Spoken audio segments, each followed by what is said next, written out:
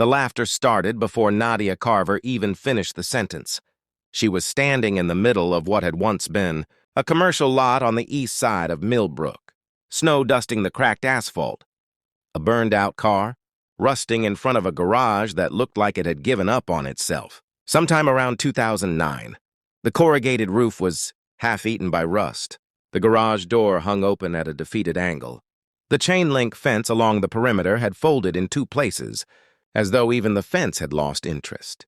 Nadia was laughing because she couldn't help it.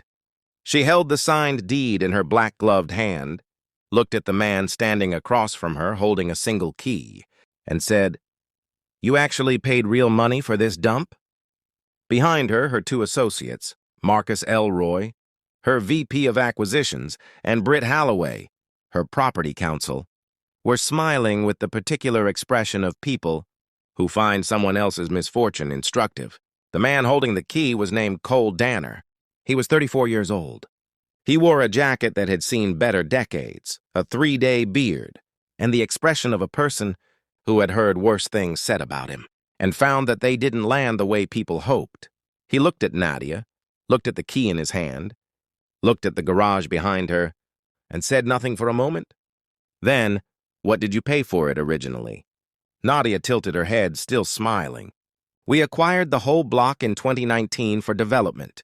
This lot was the one parcel that didn't fit the footprint.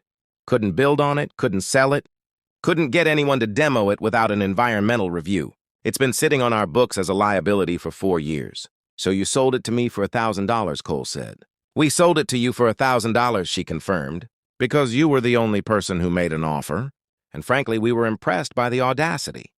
She glanced at the burned car. "What you plan to do with it is genuinely beyond me." Cole looked at the key one more time. Then he put it in his pocket. "I appreciate the honesty," he said. Nadia clicked the deed closed in her folder, gave him one last smile that contained a trace of something that wasn't entirely unkind, and walked back to the car with her associates. Marcus said something quietly, and Britt laughed. The car pulled out of the lot and turned north toward the glass towers of Carver Holdings, which dominated the skyline 4 blocks away. Cole stood alone in the snow and looked at the garage. It looked back at him with the sullen indifference of a thing that had been abandoned so long it had stopped expecting anything. Good, Cole thought. Neither of us has anything to lose. He had grown up 6 blocks from this lot. His father had run an auto shop on Meridian Street for 22 years. Not a glamorous operation, but an honest one. A place where working people brought their cars and left, feeling like someone had treated them fairly. Cole had spent his childhood handing his father tools and learning the names of things, learning that patience applied to broken machinery was almost always rewarded. His father had died when Cole was 19. The shop had been sold to cover debts. Cole had spent the next 15 years moving through various versions of a life that hadn't quite assembled itself into the shape he'd intended. Mechanic in 3 different cities, brief attempt at a trade program, a marriage that was good for 2 years and honest for the full 4, a daughter named Wren who lived with her mother in Portland and called him every Sunday without fail. He had come back to Millbrook 8 months ago with $11,000 in savings, a truck he owned outright, and a specific idea. The idea was this: there was no honest, affordable auto restoration shop in the east side of Millbrook. There hadn't been since his father's closed. The neighborhood had changed, gentrified at its edges, yes, but the working core of it was still exactly what it had always been. People with aging cars and limited budgets who needed someone they could trust. The boutique shops downtown served a different clientele.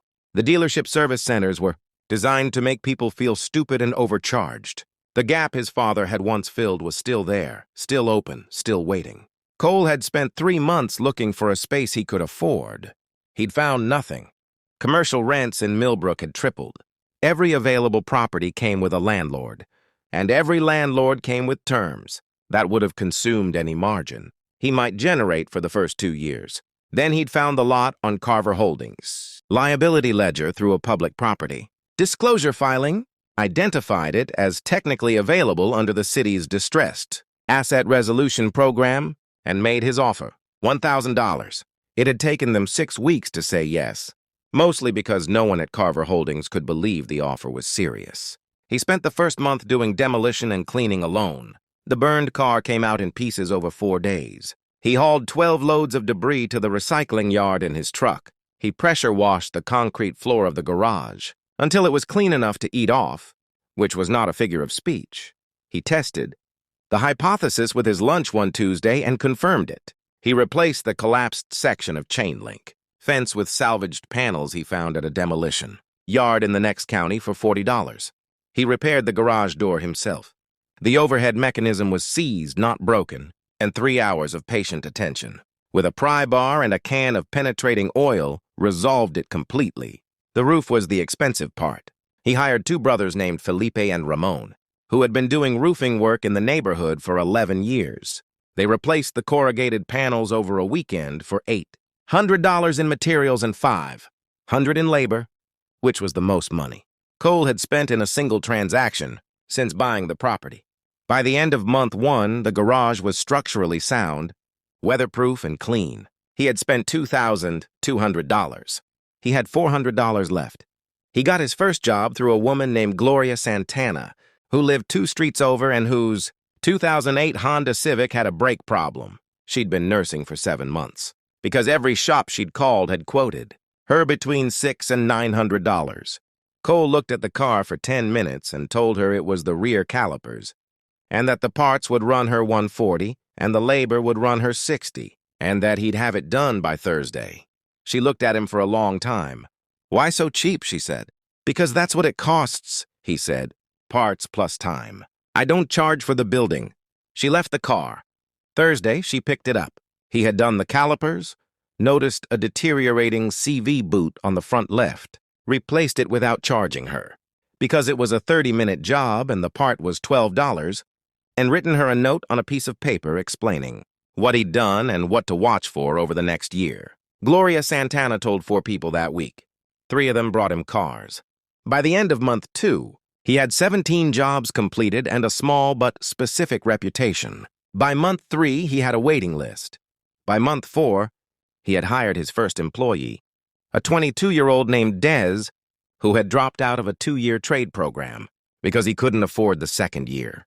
Cole paid him honestly, trained him carefully, and told him on his first day that the most important thing in the shop was not speed or efficiency or margin. It was that every person who left that lot felt that they had been treated the way they deserved to be treated. Dez had looked at him and said, "That's what my grandfather used to say about his shop." "Did his shop survive?" Cole asked. 28 years, Dez said.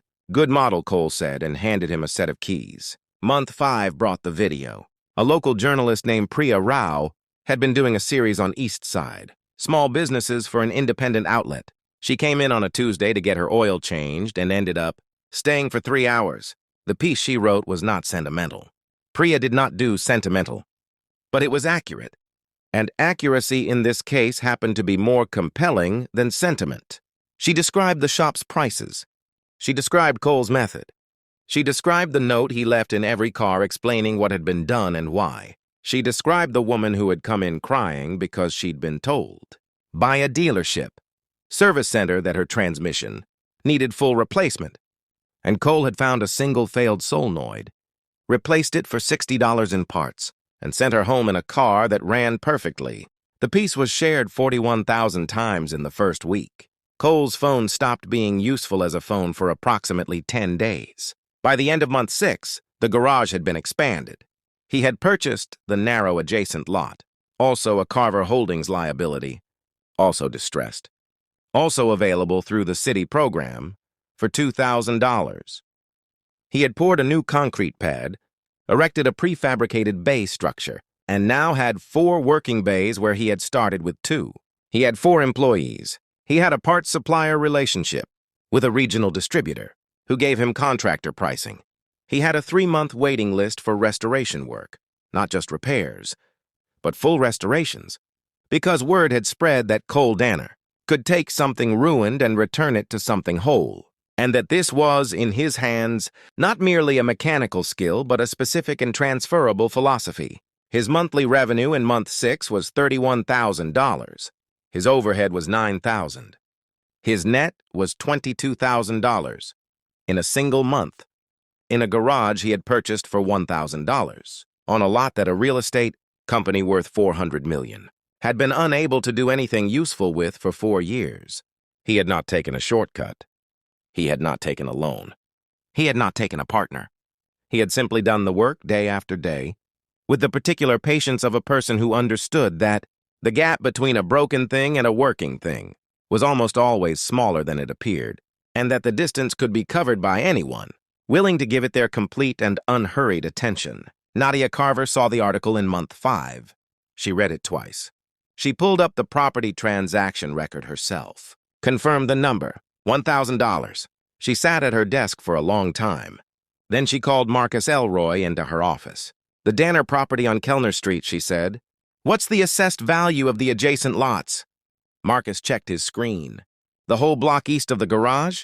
We've been holding it. Still classified as non-development pending the environmental review." "How long has the review been pending?" Marcus looked uncomfortable. "About 3 years." Nadia was quiet for a moment. "Get it resolved," she said, "and then find out if Mr. Danner would consider a conversation."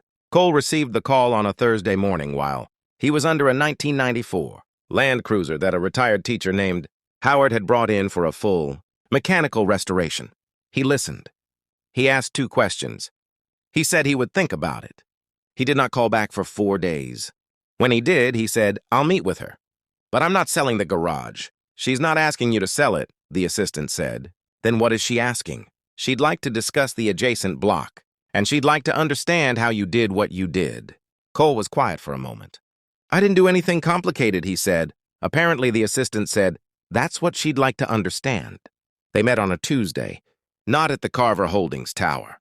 At the garage, Nadia arrived in a car that cost more than the property had. She stepped out and stood in the lot that had been, 8 months earlier, a burned-out ruin, and looked at what it had become. 4 clean bays, organized inventory, 2 employees working with focused efficiency, a small waiting area with coffee and a chalkboard listing current wait times. Cole came out of Bay 3 wiping his hands on a shop cloth. They stood roughly where they had stood 8 months ago. The snow was gone. The sun was actually out. Nadia looked at him and said, "Without the laughter this time, you did this in 6 months." "The bones were good," Cole said. "They just needed attention." She looked at the garage for a long moment. Something moved across her face that was not quite an expression she was accustomed to wearing in professional contexts. "I laughed at you," she said. "I know," he said. "I was wrong." "I know that too," he said. "You want coffee?" She looked at him. Then she looked at the chalkboard in the waiting area.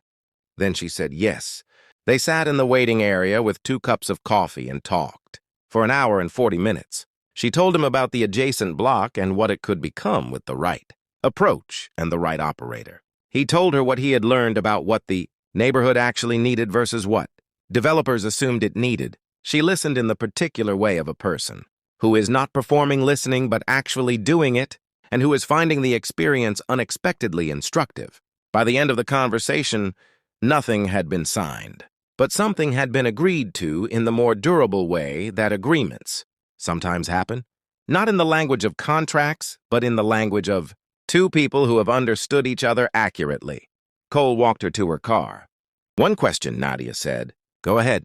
"When you bought this place, I was standing here laughing. Did you know it was going to work?" Cole looked at the garage. "No," he said. "But I knew the alternative." She waited. "The alternative was not trying," he said. "And I've been doing that long enough to know how it ends." Nadia got in her car. She sat for a moment before starting it. Then she drove back to her tower, 4 blocks north, and for the entire drive, she did not look at her phone or her schedule or any of the 17 unread messages waiting for her response. She looked at the city moving past the window. She was thinking about bones and attention, and what things could become when someone decided to stop writing them off. 6 months after a woman with a $100 million portfolio had laughed at a man with a $1,000 deed, the garage on Kellner Street had a 4-bay operation, a waiting list, 4 employees, and a monthly revenue that would have surprised anyone who hadn't been paying attention. The burned car was gone. In its place, near the entrance to the lot, Cole had planted something small, a single young tree, staked carefully against the winter wind, its roots set in new soil in a patch of ground that had been nothing but cracked asphalt 8 months before. It was, Des had said when he saw it, a strange thing to plant outside a garage. Cole had looked at it for a moment. My father planted one outside his shop, he said. First thing he did. Why? He said it was a reminder, Cole said, that the work was supposed to outlast you. Des had looked at the tree, then at the garage, then back at the tree. Does it, he asked. Cole picked up his tools. Ask me in 20 years, he said, and went back to work.